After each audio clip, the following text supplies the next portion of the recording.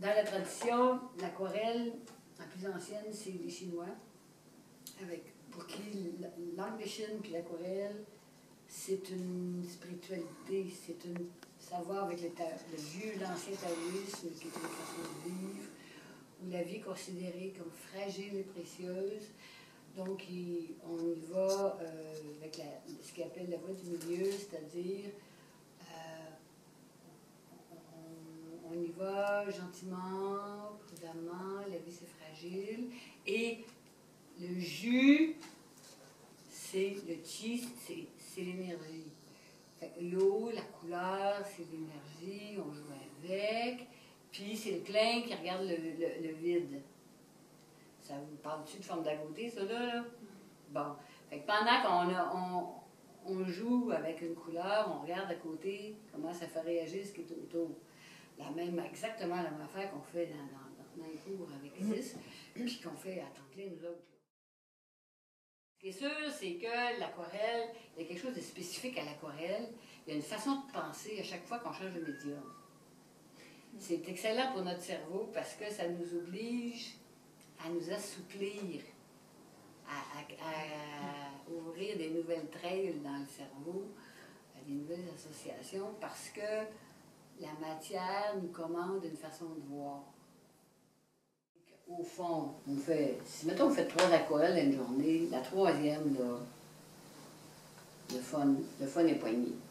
Ça prend un grand niveau de tolérance par rapport à soi pour accepter d'avoir du fun. Quand vous êtes dans le premier, ben vous dites c'est correct, c'est juste mon premier. Hein? On continue, on se réchauffe, on fait nos push-ups. Puis dans le deuxième, ça commence à s'en venir. Puis dans le troisième, go, ça marche. Puis si vous développez votre niveau de tolérance par rapport à ça, vous allez avoir beaucoup de plaisir. Mais évidemment, si vous voulez être rendu au premier, être déjà en onde alpha profonde au premier, c'est sûr que le fait d'apprivoiser un nouveau médium, il y a un niveau d'apprentissage, puis quand on est en apprentissage, on est en incompétence.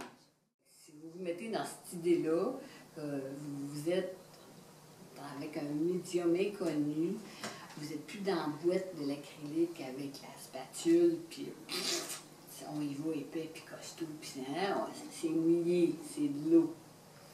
On joue avec de l'eau colorée. Évidemment, les tactiles, c'est pas nécessairement votre tasse de thé, ou alors vous adorez ça. C'est comme, il y a beaucoup de tactiles qui aiment mieux la spatule à l'acrylique que le côté plus presque éthérique de l'aquarelle, tu sais. Mais il n'y a rien qui dit sur les tubes qu'il faut y aller léger, progressif, parce que les théories, c'est comme une 3 rounds. J'ai jamais su où vous finissez le premier puis vous commencez le deuxième. Les rides, un bon aquarelliste, c'est quelqu'un qui sait quand c'est mouillé ce que ça va donner sec. J'ai jamais su mouiller ce que ça allait donner sec. Fait que, parce qu'il y a toujours plein de surprises dans ces champs. Vous devez savoir que à l'aquarelle, c'est le contraire de l'acrylique. L'acrylique, ça fonce en séchant. À l'aquarelle, votre papier, il absorbe.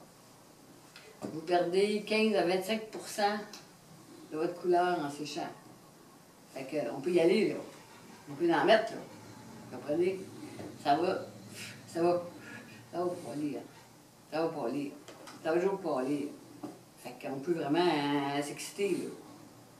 La seule chose qu'on vous dit à l'aquarelle, c'est que c'est sans regret parce qu'on ne peut pas venir par-dessus. C'est pas vrai. Bon, il y a des pigments transparents et il y a des pigments plus opaques. C'est les mêmes qu'à l'acrylique. Vous êtes au courant que vos oxydes de fer, vos terres de sienne, sont super opaques. Si vous ne savez pas, vous allez les apprendre en jouant avec. Puis votre quinacridone, votre magenta, votre bleu de phtalou, c'est super transparent. Puis il y en a qui ont des pouvoirs de teinture plus forts que d'autres. Le bleu de phtalou, vous savez que quand vous l'avez mis à l'aquarelle, votre bleu. C'est un médium de voyage où est-ce que vous êtes obligé vraiment d'être en contact avec la température, l'humidité. Vous râlez après ça ou ben non, vous jouez avec.